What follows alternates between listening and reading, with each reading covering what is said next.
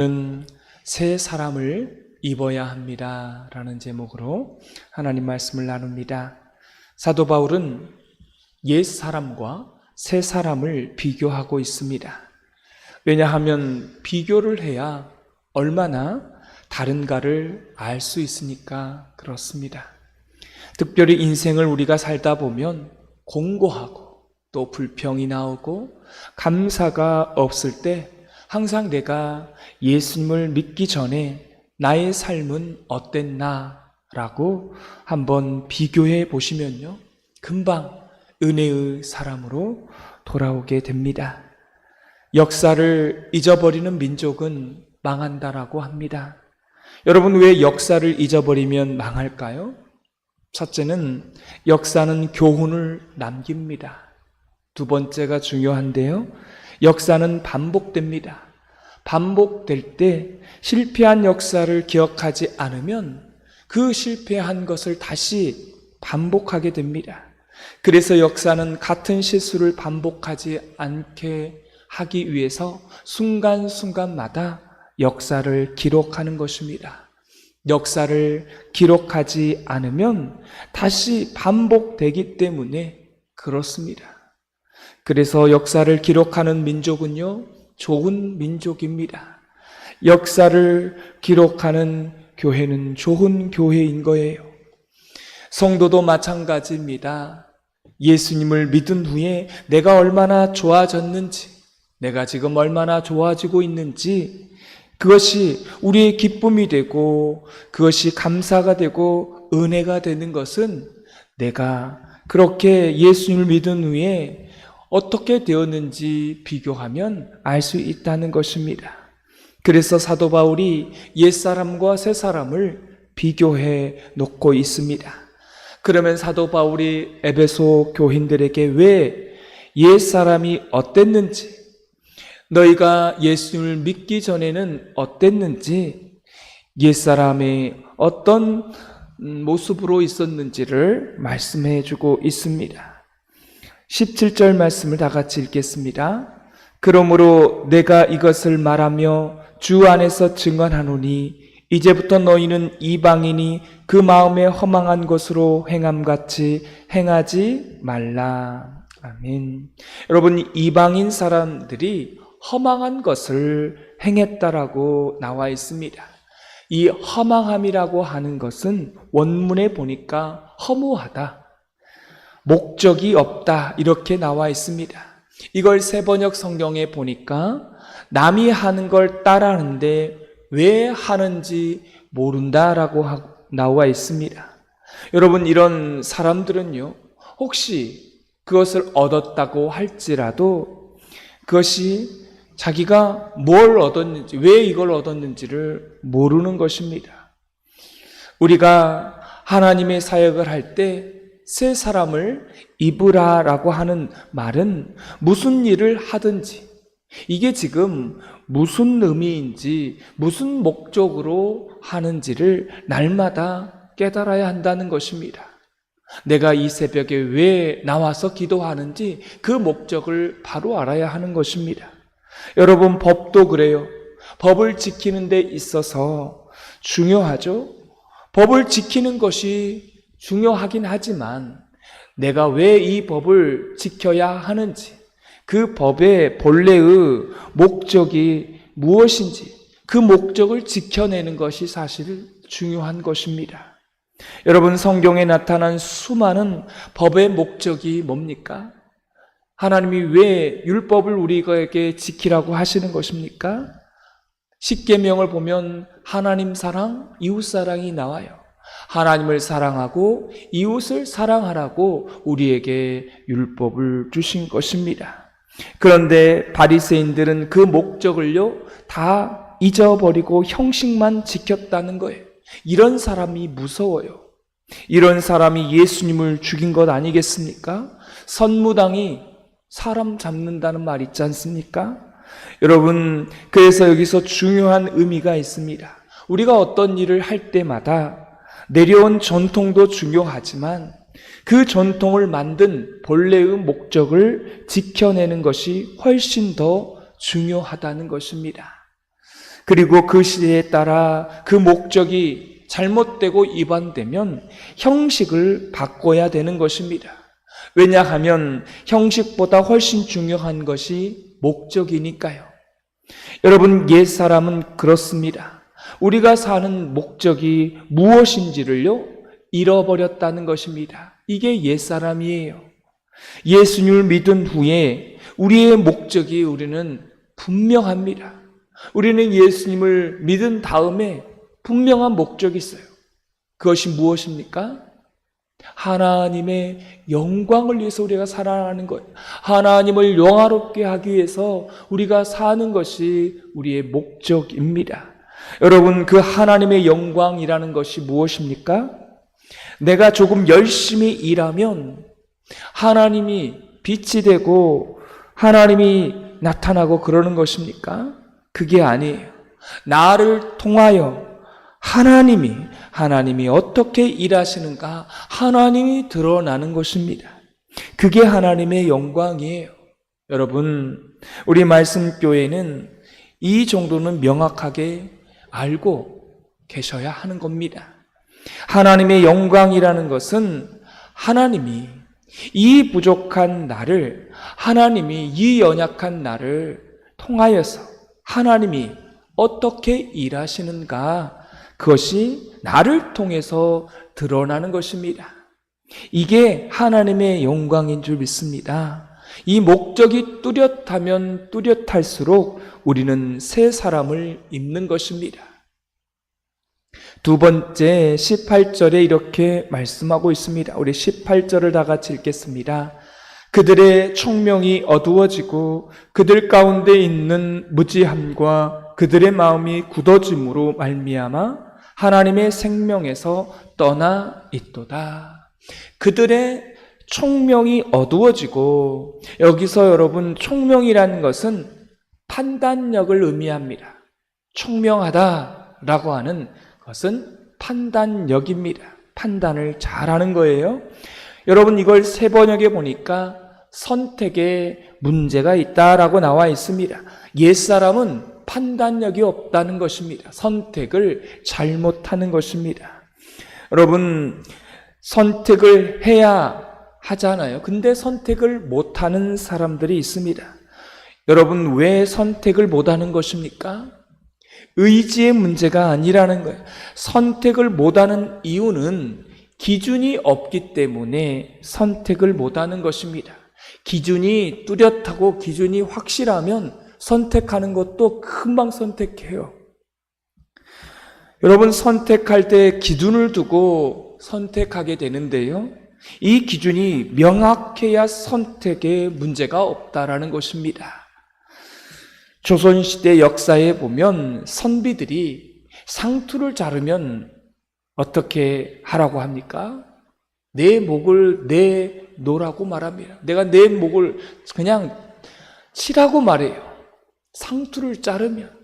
그 정도로 이 상투에 대한, 이 머리에 대한 자기 조상이 주신 그 머리, 우리 부모님이 주신 그 머리를 소중하게 여겨서 머리카락을 자르지 않는 거예요. 여러분, 차라리 내 목을 치라.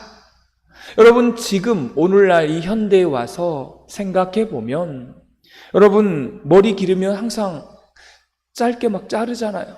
근데 옛날에는 어떻게 했다고요? 그 머리를 절대 자르지 않는다는 거예요. 차라리 내 목숨하고 바꾸자는 겁니다. 지금의 관점으로 보면 이해가 되지 않아요. 어이가 없는 것 아니겠습니까? 그런데 부모가 물려준 머리, 그걸요 소중히 여겼다는 거예요. 근데 이걸 보면서 오늘날로 볼 때 어이가 없지만 우리는 여기서 배울 게 있다라는 것입니다. 그들은 목숨을 걸었던 가치가 있었던 거예요. 그 가치 때문에 그 상투를 자르지 않는 거예요. 이게 기준이었던 것입니다. 지금의 예수님을 믿는 사람들을 보면요, 기준이 없는 거예요. 목숨을 거는 그런 가치가 없습니다. 코로나 경험하셨잖아요. 목숨을 걸어야 되는 그 가치가 없는 거예요. 우리 교회가 좋아지려면요, 목숨을 거는 사람들이 많이 있어야 합니다. 그런 사람들이 계셔야 해요. 그래야 교회가 지켜지고 교회가 성장을 하게 되는 것입니다. 헌신의 자리에, 주일 예배에 목숨을 거는 사람이 있어야 합니다. 저는 이런 분들이 우리 교회에 있었으면 좋겠습니다. 여러분, 세상 사람들이 이런 걸 보면 상투를 자르면 내 목숨을 내놓으라고 말하는 사람처럼 어이없을 수 있어요. 어떻게 예배를 지키는데 목숨을 걸고 주일 예배에 한번 빠지는 것에 목숨을 거냐라고 어이없다라고 말하지만, 우리 예수님을 믿는 사람은 뭐가 있어요? 가치가 있는 거예요. 거기에 생명을 걸 만한 이유가 있고 그러한 가치 기준이 있는 것입니다. 여러분, 목숨을 거는 것 아무나 거는 것 아니잖아요. 가치가 있을 때 거는 거잖아요. 여러분, 이런 가치가 분명한 사람은요, 판단할 때 주저하지 않습니다. 왜요? 기준이 있으니까. 여러분, 조선시대처럼 선비처럼 어떤 일에 목숨을 거는 그런 가치가 여러분에게 있으십니까? 저는 설교하다 죽었으면 좋겠어요. 여러분, 저는 이게 저의 가치입니다. 설교를 할 때 마지막처럼 설교를 하려고 애를 쓰고 있습니다.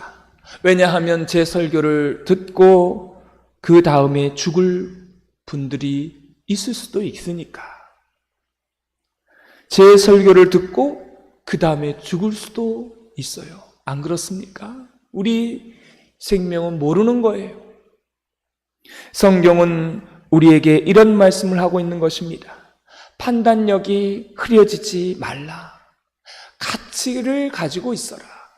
목숨을 걸 만한 그런 가치를 가지고 있어야 한다. 이게 바로 새 사람이라는 것입니다. 이게 판단력이 흐려지지 않는 것, 이것이 바로 오늘 본문에 말하는 새 사람을 입으라 라고 하는 것입니다. 오늘 또한 성경 18절에 옛사람은 무지함이라고 말씀하고 있습니다. 진리와 가치를 모른다는 것이죠. 여러분, 진리와 가치를 모른다는 것이 무엇입니까? 말해도 그 말을 못 알아듣는 것입니다. 왜냐하면 그 안에 성령님이 계시지 않기 때문에 그래요.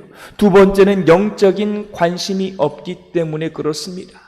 그래서 사실은요, 성경은 아무리 목사가 그렇게 세밀하게 쉽게 말씀을 선포해도 들리지 않는 것은요, 끝까지 듣지를 못하는 거예요. 왜요? 그게 이해가 안 되고 안 들리는 것입니다.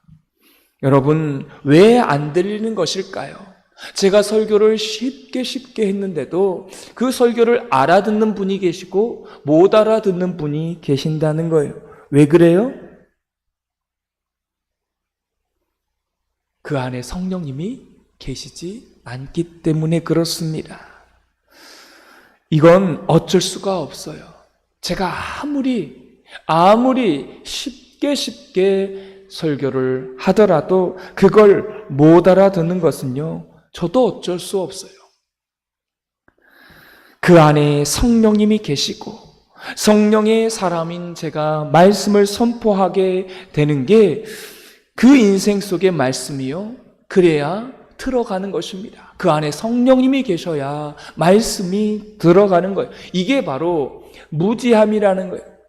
성령님이 계시지 않으면 무지함이 있는 것입니다. 여러분, 하나님의 은혜 가운데 거듭나지 않는 사람은, 옛사람은 무지할 수밖에 없다라고 하는 사실입니다. 또한 19절 말씀을 다 같이 읽도록 하겠습니다.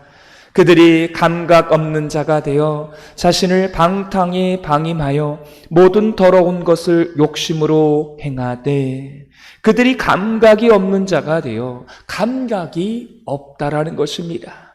여러분, 우리가 예수님을 믿기 전에는요, 감각이 없었던 사람이었습니다. 이 말이 뭐냐면, 죄가 내 안에 들어와도 내가 감각이 없기 때문에 아프지 않는 것입니다. 예수님이 가장 많이 병을 고친 게 어떤 병입니까? 문둥병입니다. 왜요? 이거는 이스라엘 백성들의 영적인 상태를 반영하기 때문에 그렇습니다. 너희가 겉이 병들었지만 내가 치유하면 온전하게 된다, 회복시킬 거라는 그러한 약속이 담겨져 있는 것입니다. 여러분, 우리가 예수님을 믿기 전에는 우리 안에 죄가 들어와도 이게 죄인지 죄가 아닌지를 모르는 거예요. 제가 말하는 것은 도둑질, 시기, 질투 이런 거 아닙니다. 이거는 죄예요, 죄가 아니에요. 이거는 죄의 결과입니다. 죄의 결과. 죄는 하르마티아라고 표적에서 벗어난, 관역에서 벗어났다. 이게 죄의 그 뜻입니다. 이 말은 하나님을 의도적으로 거부했다라는 것입니다. 이게 죄인 거예요. 이 죄를 가지고 죄의 결과가 나타나는 것입니다. 죄의 결과가 시기, 다툼, 거짓말, 살인 이런 겁니다. 여러분, 우리가 예수님 믿기 전에는 이런 죄가 다 있었습니다. 하나님을 나도 모르게 저항하고 싫어하고 나도 모르게 하나님을 모욕하고 예수님을 믿는 사람을 나도 모르게 저항하고 이런 죄가 우리 안에 있었음에도 불구하고 우리는 뭐예요? 우리 마음이 아프지가 않는 것입니다. 이게 영적인 뭐예요? 문둥병이에요. 무감각했다는 것입니다. 이게 옛사람입니다. 19절에 말합니다. 방탕에 방임하여. 이 말의 의미는 이렇습니다. 세상의 그 방탕함에 자기 자신을 스스로 무너뜨렸다는 것입니다. 여러분, 예수님을 믿는 사람은 놀라운 특징이 있습니다. 여러분, 우리가 방탕하게 살 때 우리의 몸은 끌려가지만 내 마음과 영혼은 저항합니까? 저항하지 않습니까? 내가 예수님을 믿고 난 다음에 방탕의 삶으로 가게 되면 우리가 저항해요? 저항하지 않아요? 저항하죠. 만약 저항하지 않는다라면 여러분 거듭나지 않은 것입니다. 지금 내가 죄를 짓고 막 있는데 이게 죄인지도 모르고 죄를 짓는 것은, 그 죄에 따라가는 것은 내가 거듭나지 않았다는 것입니다. 여러분, 홍해를 걷는 사람들이 아니라는 거예요. 제가 항상 말씀을 드리죠. 완벽하게 말하는 게 아닙니다. 이게 우리가 지금 어떤 방향, 어떤 지향성을 가지고 있는가? 우리가 홍해를 건넌 이상 우리가 어디를 지향하고 가야 되는 것입니까? 일단 우리는 홍해를 건넜어요. 우리는 구원을 받았습니다. 이제 더 이상 애굽을 바라볼 필요가 없는 거예요. 애굽으로 갈 수도 없어요. 여러분, 우리가 홍해를 건넜기 때문에 이제는 어디를 향해서 가야 되는 겁니까?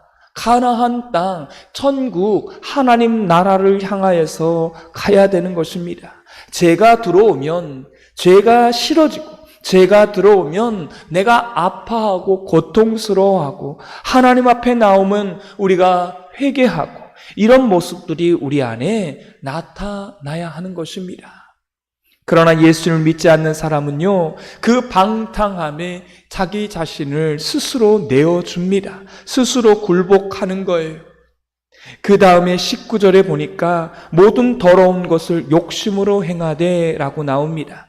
여러분, 더러운 것이 있는데 그럼 욕심이 무엇입니까? 욕심.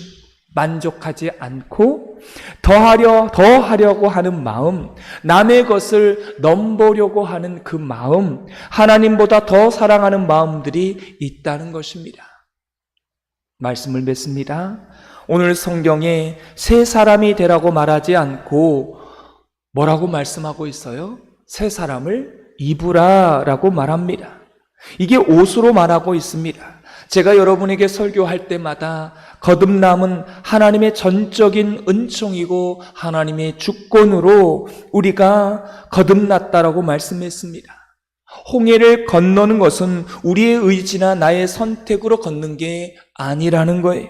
이스라엘 백성들이 우리를 출애굽시켜 달라고 단 한 번도 말한 적이 없습니다. 하나님이 강권적으로, 더군다나 홍해를 앞두고 있을 때 이스라엘 백성들은 홍해가 갈라질 거라고 생각했습니까? 못했습니까?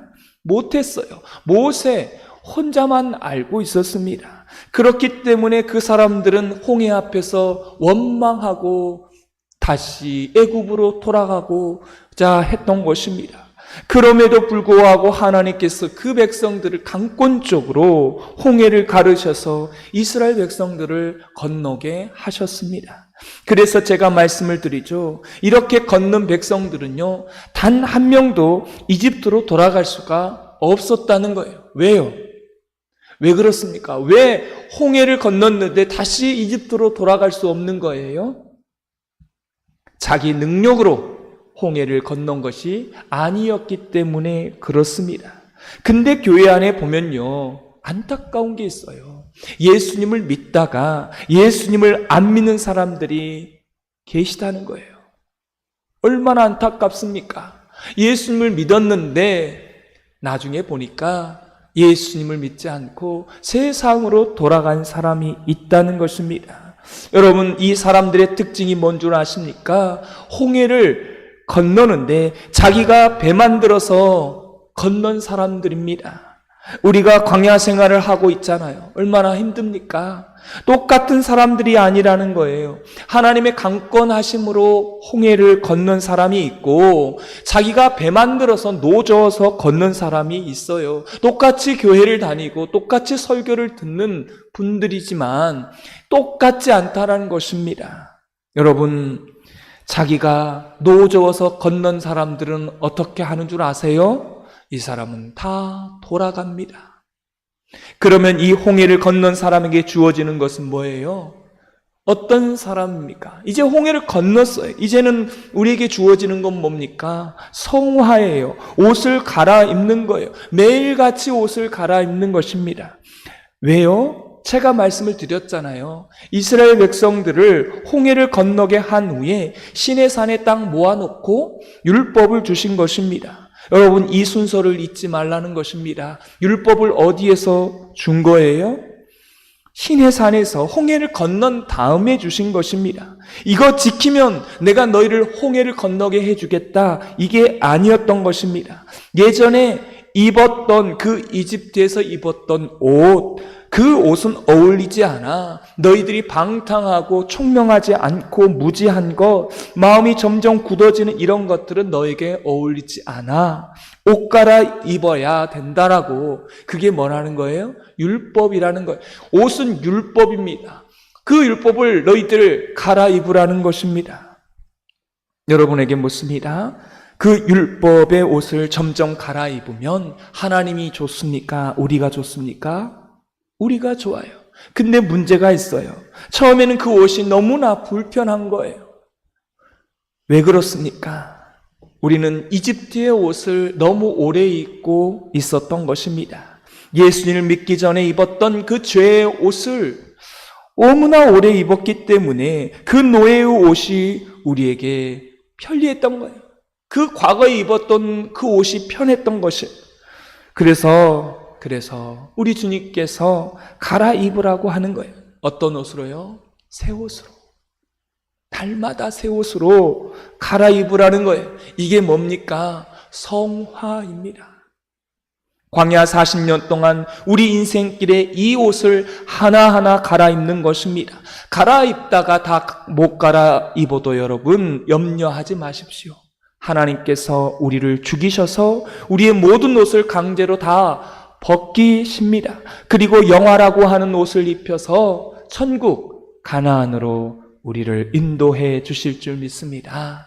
여러분, 항상 기도하실 때마다 주님, 제가 이미 홍해를 건넜사오니 새 옷, 이 새 옷을 나에게 맞는 이 새 옷, 나의 유익한 이 새 옷을 잘 갈아입고 가나안 땅에 들어가는 믿음의 백성이 되게 해달라고 기도하는 저와 여러분이 되어지기를 주님의 이름으로 축원합니다. 기도하겠습니다. 하나님, 그렇습니다. 광야 40년을 우리는 살아가고 있습니다. 그런데 과거에 입었던 그 애굽의 옷이 입고 싶어서 돌아가려고 하는 것입니까? 하나님, 우리는 홍해를 건넜을 때 내 노력과 내 의지와 내 힘으로 건넌 것이 아니라 전적으로 하나님께서 우리를 홍해를 건너게 하셨습니다. 우리는 돌아갈 수 없는 사람입니다. 우리는 이제는 광야 길을 걸어갈 때에 오직 가나안 땅 하나님 나라 천국만을 바라보며 날마다 우리에게 주신 율법이라고 하는 옷을 갈아입고 또 갈아입어서 다 갈아입지 못한다면 하나님께서 우리를 죽이셔서 우리를 영화의 옷으로 입혀 주실 줄 믿습니다. 우리 목숨이 다하는 동안 우리에게 주어진 율법을 잘 지켜낼 수 있게 하여 주시고 우리에게 가치를 부여해 주셔서 그 가치에 목숨을 걸 수 있을 정도로 정말 우리에게 그 가치가 되는 삶을 살아내는 오늘 한날 되게 하여 주옵소서. 예수님의 이름으로 기도드리옵나이다. 아멘.